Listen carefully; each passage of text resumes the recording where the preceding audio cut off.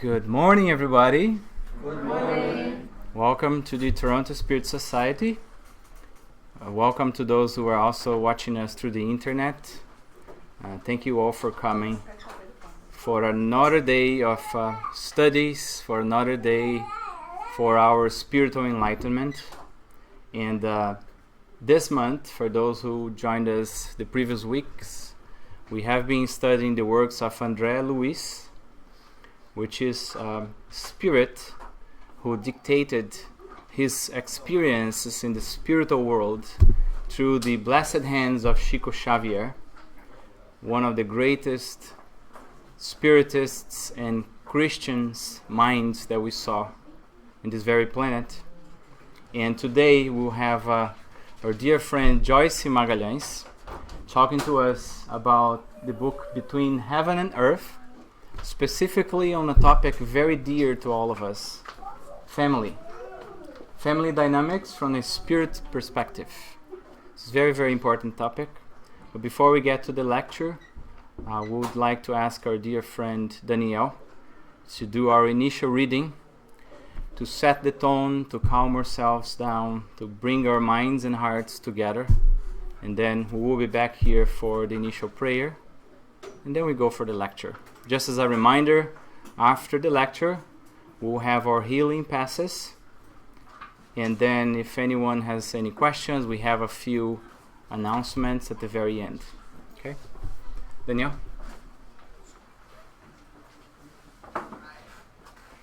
Hello. Good morning all. Good morning. So this is the book The Way, the Truth and the Life from the Spirit Emmanuel by Francisco Cândido Xavier. It's called Giving. Give to anyone who asks you, and if anyone takes what's yours, do not ask for it back. Jesus. Giving is one of the most sublime actions of life.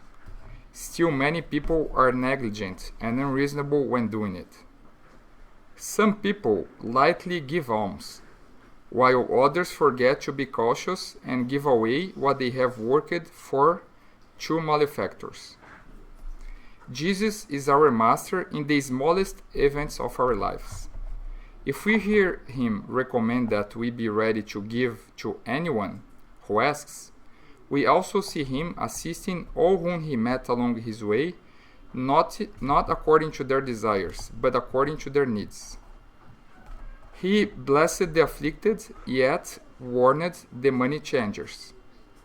Obviously, the unfaithful merchants were, at heart, asking him to keep the status quo, but his answer was an eloquent one. He brought joy to the wedding in Cana, but reprehension in meetings with the disciples. He offered each situation and each person what they really needed. And when ingrates were about to take away his right to life, he did not ask them to let him finish the work that he had started. He gave everything that conformed to the good, and he gave it generously.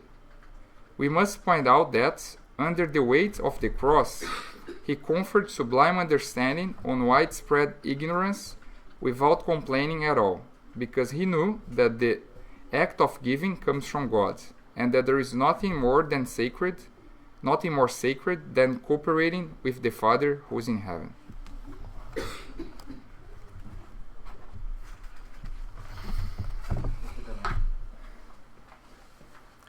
I would like to invite all of us to close our eyes and elevate our hearts to God, our Creator, and to Jesus, our Master,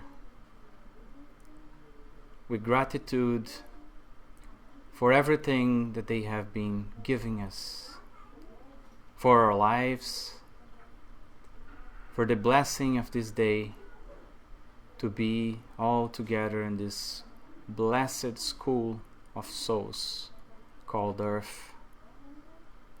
We thank the good spirits, the guardian angels that assist every single one of us in the background, anonymous, without having ourselves realizing the amount of work they do for us. Thank you for the inspiration leading us here today. And we ask, dear Master, your help to open our minds and hearts to receive the lessons and the blessings, the new ideas that we are all going to receive this morning together. We also ask your protection to all the discarnate brothers who are here among us. We ask the inspiration to our children having their first lessons or their first reminders of your gospel of light in this incarnation. And we ask specially inspiration, calm, to our dear friend Joyce, responsible for the lecture and for the studies this morning. Thank you, and so be it. Joyce?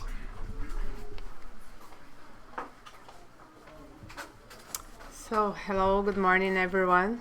Good morning. Thank you, everyone, for coming. It's always a pleasure for me to be here in this house, and especially as a speaker. It's been quite a long time that I'm not in this spot, so I can feel the anxiety and all the like it's not easy to be here, but I really hope that the good spirits inspire me and enlighten me to be able to pass this message for everyone here. And it's very nice to see how many new faces around. I feel very happy because when I started here at TSS a few years ago, was just very few people, and we can see and I was pretty much away for the last 2 years since I had a baby, so I didn't have a chance to come very often here. And I'm so happy to come at this time and see so many new people here, and I hope everyone has a chance to learn as much as I'm having here. So today I'm going to talk about Between Heaven and Earth. Actually, I'm going to use this book as a reference to talk about family dynamics through the Spiritist perspective. So when I decided to do this lecture, I was happy because the theme of the month was André Luiz. He's one of my favorites author from those books. So I had a chance to read almost the complete series of the 13 books. I think I read 10 or so. And I learned so much. So I really encourage everyone to go through that list of books because we can see ourselves in so many parts of those books.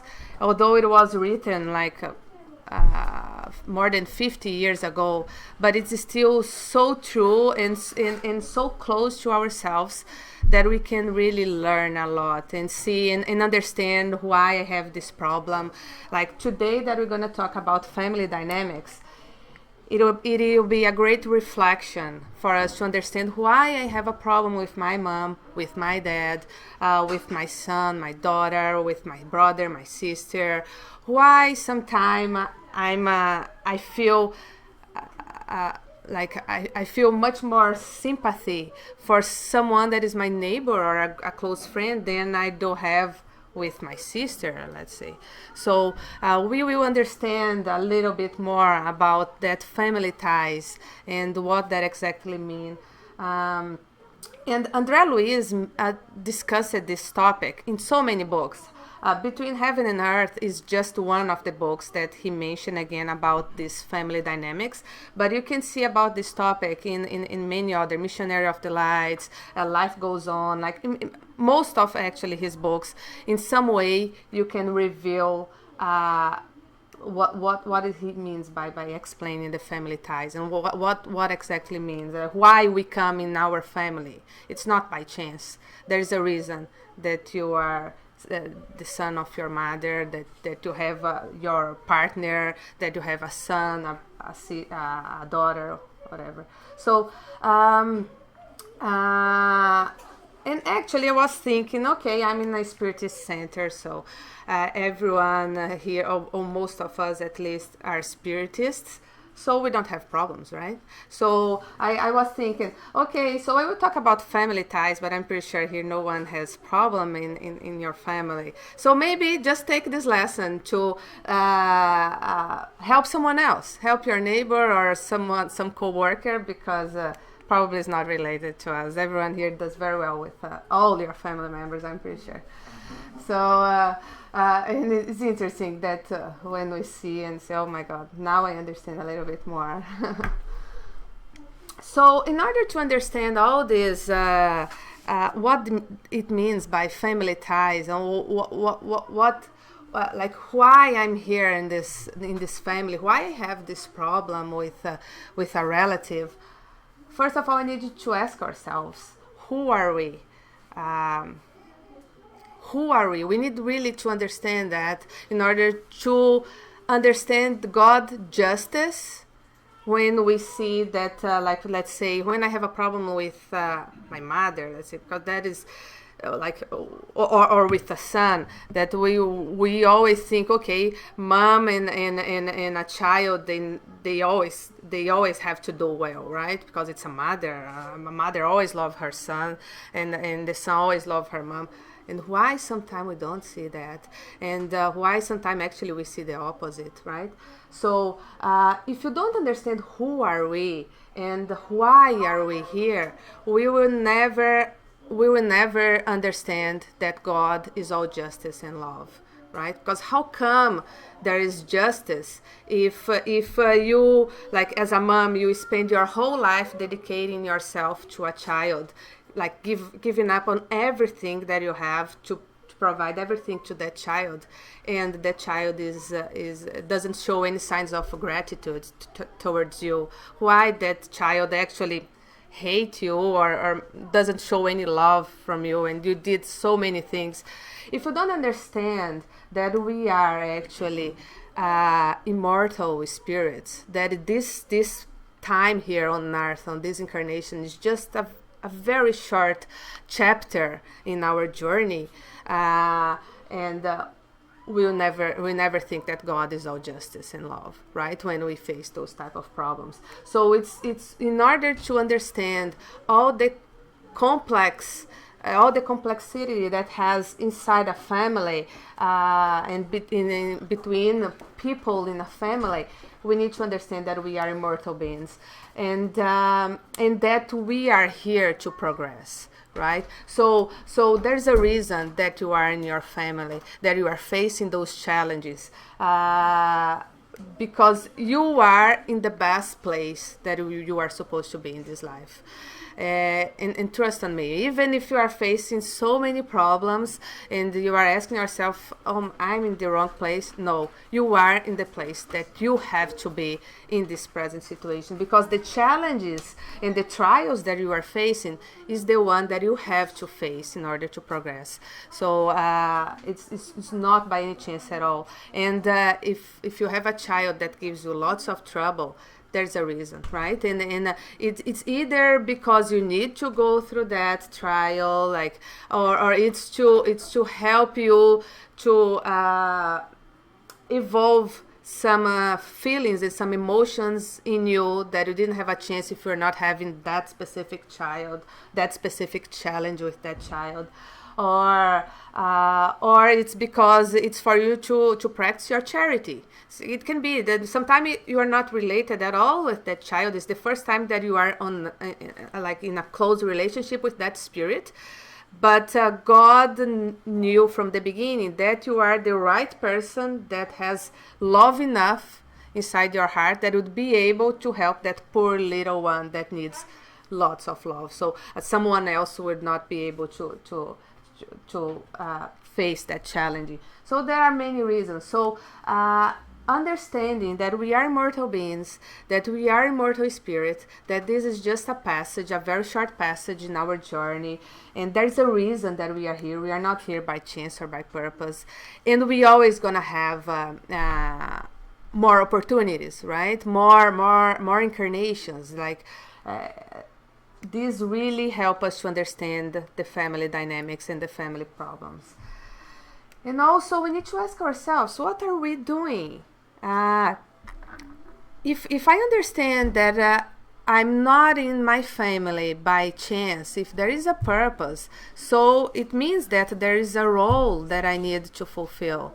There is a reason. So what am I doing to help me to progress and also help the ones close to me? Because you are responsible for everyone in your family, especially those very close ones like parents, brothers and sisters, and kids, right? And your children. So what am I doing to help them and to help myself? So those are the questions that we need to ask. And when we are asking this question, what am I doing? Also help us to put ourselves in a position of action and not in a position of victim, because most of the time when we face challenging anywhere else and also in the family, we always tend to put ourselves in a position of victim, that oh my God, I'm the one that is suffering. But actually think, what am I doing to help myself and the other, my loved one, right? Pretty much we come in a family. It's again, is the best place for you in this in your present situation. Is the best place for you to progress, to evolve, and your specific family in this life is the best place for you to evolve all the virtues that you have inside you, because this is the main meaning of being incarnating multiple times, right? We need to evolve and help the progression of many virtues inside of us and try to clean up all the vices that we carry on. And so this is just a small list. Pretty much, right? It's something easy to accomplish. So pretty much our job is to get in all those virtues, and I'm sure that we have at least half of them, right? So that's why we are here, and that's why we are in our family. Believe on me, I'm pretty sure that if you are facing some situation that is quite difficult for you, it's because you need to evolve in your caring, or in your compassion, or in your justice, love, kindness. So it's not because you are a victim. It's because you need to improve those, at least one of those, and that's our job, to make this become our reality more than all the vices that we carry on. And so, as I said, God is all justice and love. And so, what is the tool that God could give us for us to have all these virtues within us?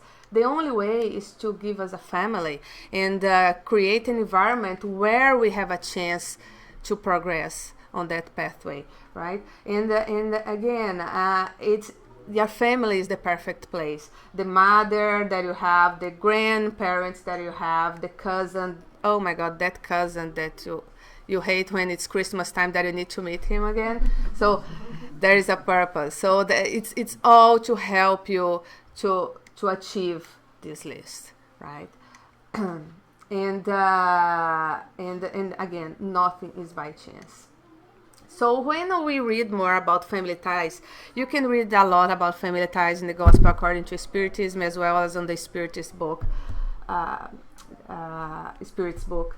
So in the Gospel, chapter 14, item 9, it says, in order to reach God, there is one password only, charity. And we tell that a lot in Spiritism, right? However, there can be no charity without forgetting offenses and wrongs. Neither can there be charity with hatred in the heart and without forgiveness. And then again, how we can bring that to my idea that your family is your perfect place for you to progress is when we think, okay, let's coming back again to the relationship between a mother and a child. So tell me, like, how many times you forgive and you forget the offenses of your own child that you would never do with someone else, right? So again, the family is the perfect environment for you to really be able to start to practice those virtues, because the family usually is the place that your heart is more relaxed in a way that it'll be easier or maybe less difficult for you to forgive someone, for you to forget about offense, because there is other connections that within a family that help you to overcome that. So that's why it's the perfect opportunity. And again, sometimes it's quite hard. Sometimes you are in a family with a spirit that you faced so many problems in the past. There will not be one incarnation that will help you to overcome all those difficulties, right? So maybe you will not be able to really truly love that spirit because of all the things that happened in the past. But when you are tired and you cannot, like, let's say your parents, you cannot just forget that they are your parents. You are tied to them, and that's the way it is. So that will force you to at least start to improve and feel something different toward that loved one, toward that parent. So this passage really helps us to understand our family environment. And again, in the same chapter, it says, of all trials, the hardest are those that affect the heart, right? And we can tell that when someone really makes something toward you that really touch your heart, it's so hard to forgive, it's so hard to forget, it's so hard to not keep that offense and that feeling within you. When it's someone from your work, what do you usually do? You just try not to see that person anymore, to meet that person anymore. But if it's someone in your home, you have no choice, right? You are forced to face that every day, and in a hope that at some point it will help you to forgive, and to start to love more, and not really consider that offense as the biggest thing anymore. So that's why family are the best tool that God could give us to help us to evolve a little bit the virtues within us. Again, in the gospel it says, spirits who incarnate in the same family, especially among close relatives, are most often sympathetic spirits, connected by previous relationships that are expressed by their mutual affection during earthly life.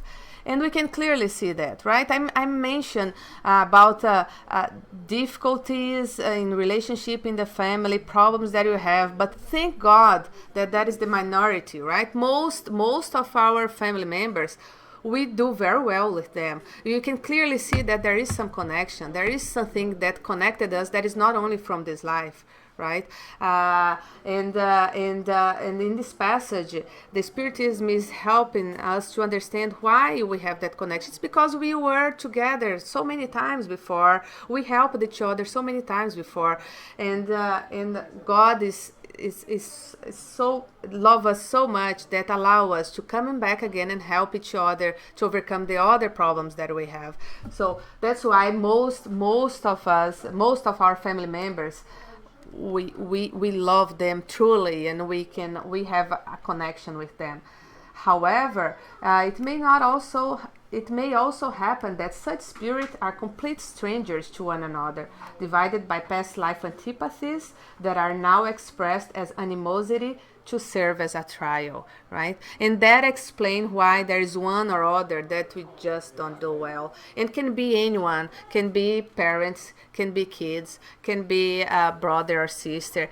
We just don't do well. And we are together in this life to force ourselves to forgive each other and to start to show love to each other, instead of that antipathy that came from the past, right?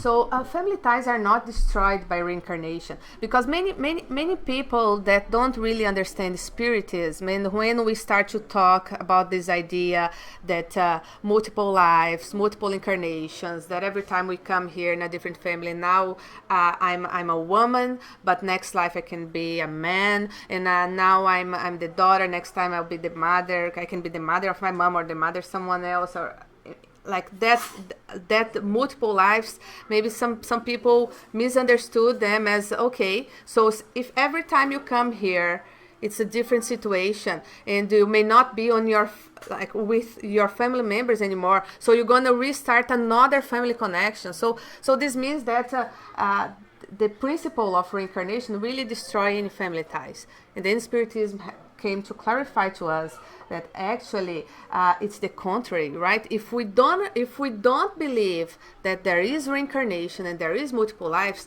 then for sure family ties doesn't exist, right? What the purpose for me to be so connected to my mother if after it's done here I don't have a chance to face this earthly experience anymore, to overcome problems, to correct mistakes from the past. If I don't have that chance, and if I have a problem with my mother, I will never have a chance to forgive, to love her, and to reconnect to her. So there is no purpose on family ties if we don't believe there is multiple reincarnation, right? And also make us suffer a lot more, because if you think you not have a chance to see that person again, to correct a mistake, I mean, you always feel that you're going to be a victim, that you are, then you will never understand why you are in the family that you are facing, that challenge that you are facing. So you always feel, okay, God doesn't love me, and there is someone else that is much happier than me, that is in a beautiful life, especially those celebrities, right, that shows in the magazine. It seems that they are always having a very happy life, happy family, and we are facing so many challenges. So you never trust that there is justice, right? If you don't think that there is reincarnation and that you have a chance to correct your mistakes. And again, Spiritism also helps us to understand what's the difference between blood ties and spiritual ties, right? And there is a difference. Spiritual ties is exactly that connection that you make with another spirit that you are carry on forever. So it doesn't matter if in the next life you are totally unrelated. You probably, if you are both reincarnated at the same time, you're probably gonna meet each other in some occasion, either as a co-worker, or you're gonna find each other because the connection is so strong that attract each other, right? That's why sometimes, let's say most of us here are from Brazil, then we move to Canada, and then here we start to know someone, can be a Brazilian or can be a Canadian, or that is so, oh my God, it seems that I know you forever, right? Like we start to know a person, and you're so connected, you cannot really understand how come we are so close. And so that is because you carry on the spiritual ties. Probably you were family in the previous lives, right? And blood ties is pretty much the material ties. Then if you have a brother and you don't do well for some reason, and you are not able to really express love or have a good connection, probably you disconnect and not see each other anymore, because the connection that you had was just material. And that is very common in couples, right? Like you marry or you start to live with someone else, with a partner, but you're never really connected by love. You're just connected by material things, by material attraction. So once both of you discarnate, probably not see each other, because that was just the material ties. So here they explain the true family ties are not therefore blood ties, but ties of sympathy and similarity of ideas that connect the spirits before, during, and after their incarnation. It does follow that two individuals born from different parents may be more like brothers through their spirits than if they were brothers through the blood. Whereas Two brothers related by blood may repel each other, a fact attested to every day, right? And that really explain why, that really make us understand why a brother and a sister can repel each other, right? And we see that very often. This moral problem is one that only Spiritism can resolve by means of plurality of existence. And again, it helps us to understand that we really need to believe that the principle of reincarnation is real, right? To understand why there's a brother can repel a sister, they need to come back again to correct that mistake. There's no purpose and no justice and no love from God if they don't have a chance to redo it. So what would be the result for society if family ties were relaxed? This is a question from the Spirit's book. So it will be just a magnification of selfishness, right? Because it's in the family environment that's the best place for you really to give up a little bit, be able to give up and not only think on yourself, right? It's so hard to do that anywhere else other than your family.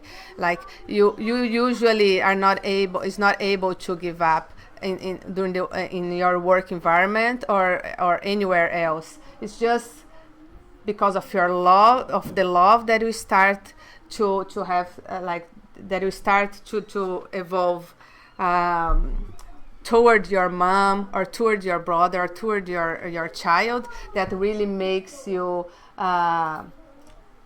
clean up a little bit of your selfishness and help charity to evolve within you. So why is it that good and virtuous parents sometimes have wicked children? I see so many people asking that, and in our society we see that very often, right? We see a perfect couple, two smart people, talented, successful in the work, that just have a kid that doesn't do well at all. And people keep asking that, how come those couple, they are so bright and couple, they are so nice people, how come they have a child now that it's using drugs, that it's totally lost in this life? So in other words, why don't the good qualities of parents always attract by affinity good spirits as their children? Because that's what would be easier for us to believe, right? Well, if they are good people, they're always going to attract good spirits. But then again, charity, right? Wicked spirits may ask for good parents in the hope that their counsels may guide them along a better path, and God often grant their wish. So most of the time in those cases, it's a matter of charity, because those two people are the perfect one to really help that poor spirit. No one would be able to develop true love towards that poor spirit if it was not a very bright and enlightened person. So that's why sometimes we see perfect couples having difficult children. And again, I think that will be one of our last questions. Parents almost always transmit their physical likeness to their children, right? That is genetics. We see that very often, like the physical appearance. Do they also transmit a moral likeness? Would be so nice, it's so easy, right, for parents, if we were able to just by the same as by genetics transmit all the good things that we have. And then the spirits explain to us, no, because their souls or spirits are different, right? The body proceeds from the body, but the spirit does not proceed from the spirit. So that's why education is important, and it's challenging at the same time. There is no other link than blood kinship among descendants. So all the moral progress, it comes through education. So there is no other way. So it's the experience that you provide to your children and the teachings and that will help them to progress morally. Where do the moral likeness that sometimes exists between parents and children come from? Because sometimes we see that, right? Sometimes we see a parent, a father, let's say, that is such a nice and a nice guy that do well with everyone, and then he has a child that's pretty much the same. It's so kind, the same as his dad, and people like say, oh, okay, see, he looks like his dad. He do well with everyone, but actually that is not because he inherited that from the dad. It's because they are sympathetic spirits. They're attracted to each other. So both of them learned that through multiple lives. It's not as easy as just pass it on to your child, the moral principles. So, and how we're gonna bring that to our book? So pretty much, first I just want to give you a summary of this book. So Between Heaven and Earth is through the spirit André Luiz, who was a successful physician who practiced in Rio de Janeiro, and discarnated. And then he most of us here, I guess, know a little bit about André Luiz, but after he discarnated in the spiritual world, he opened his mind and started to realize how many things he should have done while on earth. And he started to learn a lot.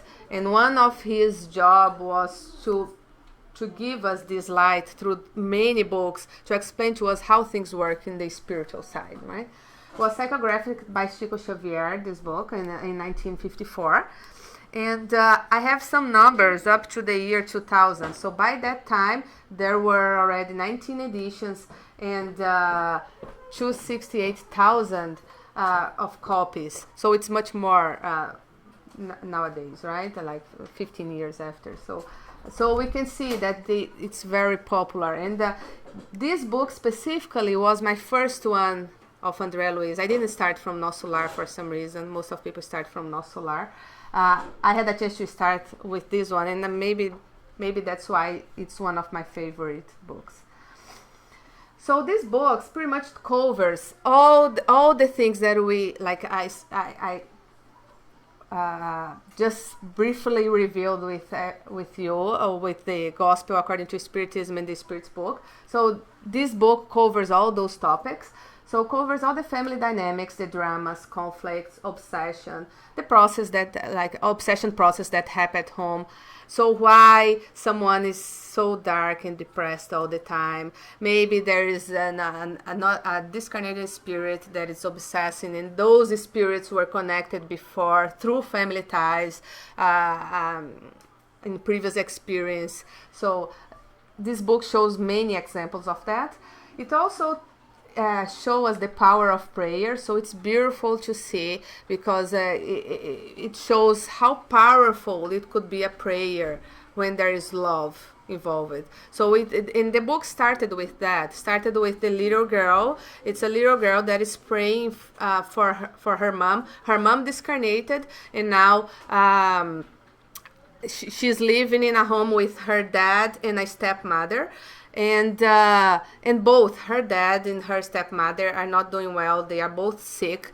So she started to look to her mom picture on the wall and pray with so much love, asking her mom to help them. And she didn't know that actually her mom was one of the problems there, because her mom was obsessing her stepmother because of many things that happened. So her mom discarnated, but keep connected to that family, and was actually helping to all the problems inside that family. And her mom was actually helping her stepmother to be sick. But the poor girl, she didn't know, right? So she was in her mind, her mom was the perfect person, right? Like the example to follow. So she was praying with so much love, asking her mom to help, that the book explained the power of the prayer, how the importance of reincarnation, because it's through the reincarnation that we understand the justice of God. And also it showed us something that for me was when I read this book, was one of my first spiritist book that I read.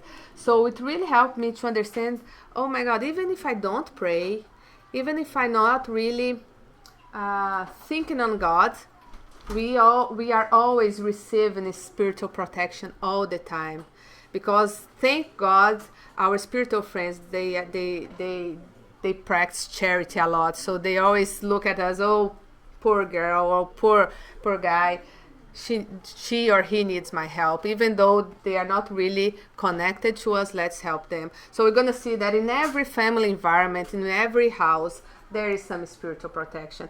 And also the book shows us that there is many ways for us to make that protection even stronger. How we can do that? With the gospel at home. That's the best way for you to really bring protection and light to your home. And it helps our spiritual friends to help us. So in the preface of the book, Emmanuel wrote the preface, and he said, in each chapter we find ourselves with our old conflicts of love and hate, affection and disaffection, through mental crystallization at certain stages of the path, in the shadows of our vague dreams, or in the shadow of the passions that sometimes drag us to deep abyss. So pretty much they are saying here that we see ourselves in every chapter of this book. And mental crystallization here is pretty much what happened with all of us when we face some very bad situation in the past. Like, let's say, if I killed someone, or if I was killed by someone in a previous life, even I came to this life, and thank God I forgot everything in the past. But those offenses or those bad things that I did, or that someone did to me, will be always crystallized on my mind. I don't remember, but that will affect all my actions in this life. So that is the mental crystallization, and that is the obstacle that really make things hard for us to evolve, because that things that we have crystallized in our mind from our previous lives, it's the thing that make the process a lot harder, because we don't remember, we don't really feel, but that's what explain why I cannot really overcome that feeling in my heart and get close to that person and forgive that person. It's because in the past we had a very challenged situation that it's there, and I cannot really forget and overcome that in my mind, right?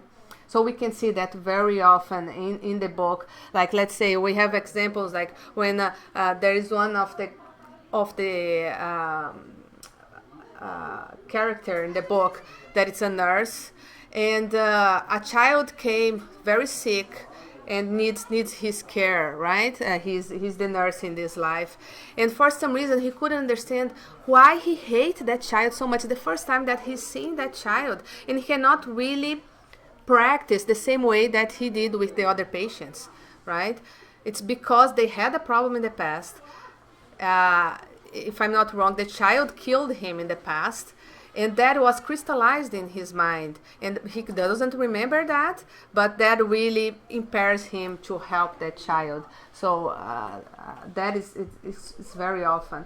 And also Emmanuel tells us on almost every page we have the usual life of souls who aspire to victory over themselves, making use of treasures of the past for the acquisition of renewing light. So pretty much when you read the book, you see it's so close to our daily lives. It's exactly what we do every day. Here, the key tables in the narrative are intimately familiar. So everything is kind of familiar for us. Like, it shows the heavy heart in a prayer, like really asking for help. The mind paralyzed in illusion and pain from the past. The home full of trials, and it's like our homes. I'm pretty sure everyone here has many trials in your home. No one has a perfect life. The madness of jealousy, the deception of material ownership, the clashes of thoughts, and the emotional conflicts. So it's pretty much what we deal every day, right? And this is just a summary of the important characters in the book. So Those here are all in the spiritual world. So Clarencio is the good spirit that help us to understand many of those processes. So Clarencio is teaching André Luiz and Hilario. Both were relatively recently discarnated, and both were physicians in the previous lives. So both are learning with Clarencio. Clara and Blandina are good spirits as well that is helping discarnated and incarnated spirits in the history. So we have here the Evelina, the little girl that I mentioned. So Evelina now lives with Amaro and Zulmira. Zulmira is the second wife of Amaro, and Odila was the first wife that was discarnated. So Odila is in the spiritual world, and those three here are facing the challenges in the life still. Julio was the son of Odila and Amaro that discarnated as well, and here show the example, like it's a great example of Julio. He pretty much discarnated and reincarnated a couple of times during the book, so we understand why that happened with him, why he needs to go over all those trials. There is a suicidal history, and we also can understand the bad consequence of a suicide. And in the other side we have those three guys here, but at the same way you can see that they are all connected. So Mario Silva in this life is not related to those people here, but in the previous life he had a connection with Zulmira and Amaro, with Zulmira and Julio, sorry. So and Julio actually killed Mario Silva in a past life. It's a very complex. It's so interesting to see how come those people are all interconnected in some way. When you're reading the book, sometimes we need to stop and think, okay, who is who at the moment, because it tells us all those that connections in the past. So Antonina is now a single mother of three kids, and she was abandoned by her husband in this life, but in a previous life she has a loving relationship with Leonardo and Mario Silva. Both was kind of disputing and trying to get her love, and of course one killed each other here. And so Leonardo is the only one that is not incarnated at the moment, but he's definitely affecting the whole environment here with all the hatreds and the offenses that he carries from the previous experience. So we can see that in some way we have all those people that are now facing a new life, and they are connected either through family ties or past experience that will now bring them together again to repair the mistakes of the past lives. So it's an amazing book. So and it's quite interesting to see all this relationship and how come one thing that you had in the past, how come it will affect your life now, and sometimes make you understand to think about, oh, maybe that's why I don't like it's so hard for me to deal with someone else, either from my family or from my work, or because maybe there things happen in the past, right? And that is really affecting our present life. So Clarencio explained to us in one of the passages, the spiritual family is a constellation of intelligence whose members are on earth and in heaven. So our spiritual family is about the people that are here with us, and there are the ones that are discarnated and is not here. So we are together and trying to help each other to progress. Those who already can see a little bit more helps the other who is still struggling to free themselves from the blindness. So all of us, no matter how low we are in the scale of evolution, have not far from us someone who loves us and is trying to push ourselves to rise. So believe on that, and that really help us to continue to pray, even when you are facing a very challenging situation.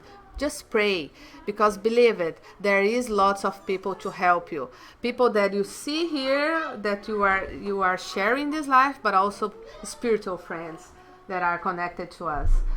This we can see even in the circles of denser matter. We constantly have hearts that devote esteem and love toward ourselves. Always. Even with the most problematic spirit, there is someone looking for them and trying to help. And it's more about us to really open ourselves and our hearts to receive that help, right? So the law is alive. This is the way Emmanuel finished the beginning of the book. The law is alive and justice does not fail. Forget evil forever and sows the good every day. Help those around you to help yourself. Time does not stop. And if now you find your past, right? Because the problems that you are having now, it's all the consequence of our past. Do not forget that your present will be the light or the darkness of your tomorrow. So, okay, now I'm having a very challenging and difficult life. Okay, now I understand that it is from my previous mistakes, so I'm not a victim anymore. But then Spiritism also tells us that, okay, now you have a chance to make it different. So I'm pretty sure that no one wants to come back here having the same challenges. So the only way for you not to come back and face the same problems or having that cousin again with you is for you to make different. And the only thing that you can change is yourself. You cannot change your cousin or your mother or your brother. You can change yourself. So it's your job to make it different for yourself. And then you, in that way, you're going to help yourself and you're going to help those who are with you, right? So my take-home message pretty much is, believe or not, you are the best of yourself in this present life. Sometimes, and especially when we start to learn about Spiritism, we start to really make that self-evaluation, and you see, oh my God, I'm not a good person. I'm still do so many mistakes, because Spiritism help us to open our eyes, right? And then we can start to really look into ourselves in a different way, and not as a victim anymore. And we can clearly see all our mistakes and see, oh, that I'm so far away to reach the perfection. I'm so far away to be a truly good person. But believe or not, you are the best of yourself. Because one of the teachings also from Spiritism is that we are always progressing. You're never moving backwards. So if you are not as good as you'd like to be in this life, believe me, you were a lot worse in the past. So you are getting there, okay? And so I prefer to see these teachings more as a consolation that as a blame. Like I see myself, okay, I'm not there yet, but I will get there, and I'm on the pathway for that. So I'm the best that I am in this life, so let's also try to do the best that I can to be even better in the next time. Because we don't move backward, but we can stay in the same level for many incarnations. So it's up to us to really make the next step. The other message that I want to leave today is forgetfulness is the great invitation from God for you to evolve. So it's not by chance that you don't remember all the past lives that you had. It's actually a great chance and a great invitation that God is calling you. Hey, come on, you don't remember all the mistakes. It's because I want to give you a true chance for you to succeed. Because if you remember all the bad things that you did, you just ended up as the most depressed person that you would be. So that will drain all your energy to move for the next step. So that is a gift from the God. And my last message, that for me it's one of the most important here, is please don't forget our children. They seek for your love to also succeed in this life. So we are better understanding about family dynamics and family ties. And one of the most important things that I got from this teaching is that, okay, now I have a son. He's on my hands. He's my responsibility.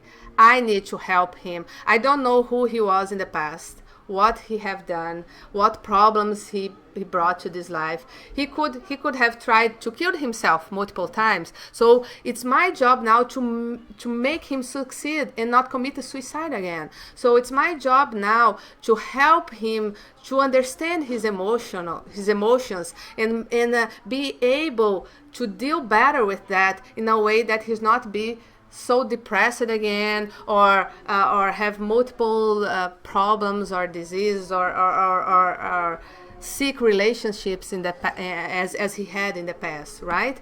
And even for those that are here that don't have a children, I'm pretty sure that there is a kid close to you, from a friend, from a relative. So it's your job to help those children, especially today that we are just about to restarting our program with kids and also with the babies. So it's an invitation for you, for everyone here, to think, okay, I need to help those children, not only bring them to school, because I'm pretty sure no one here forget to register your child in the school, to buy good clothes and good things for your child. No one forget that, because you want your child to be pretty, to be nice, and to look pretty and to be well educated, because you are concerned that he needs to get a good job in the future. So that is important. So that is just part of all this.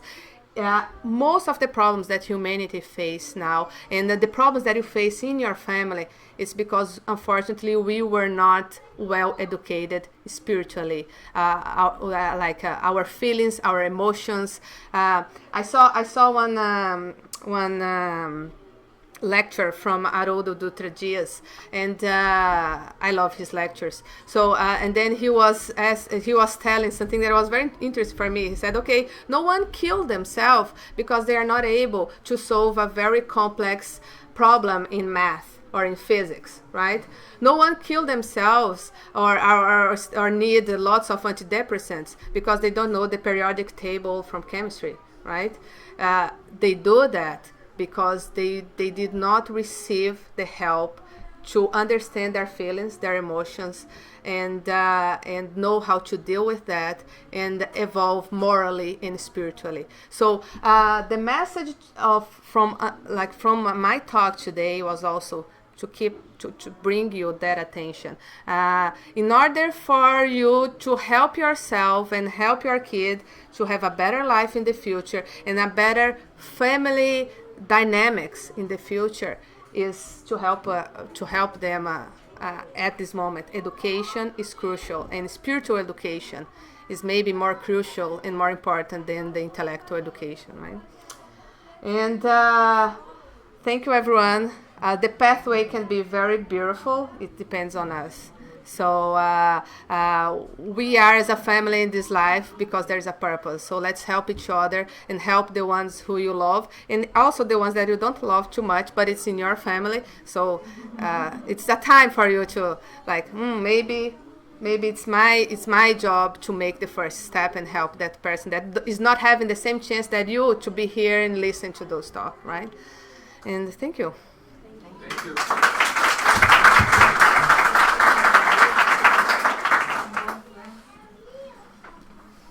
That's for you. Oh, thank you. That'd be great. Time for questions. Thanks, Leda, Lidio, and Nadia for participating through the internet. If you have any questions, our digital medium, Marco Diniz, is there. Anyone with questions here in the room? So great lecture. Thank you. It's such an important topic for us, family. And, now we know that we are not in our family by accident. Our incarnation is really planned, and all the books from the list show us very well, right? Yeah. How do we plan our physical condition, our family, our gender, and everything, right? The trials in life. I love the fact that you mentioned about the kids, because many of the troubles that we have in our house, like what you said, right? Perfect couple with troublesome kids. So what is really happening, right? And if you look at the world today, what we have been doing is we have been putting our kids at the schools which have the responsibility to educate their minds, their brains, develop their intelligence, but we hope that they will also develop their moral sense. And that's not going to happen. We are not ready for that just yet. It's really responsibility of us parents or uncles and aunties or friends or neighbors to help them to be better, right?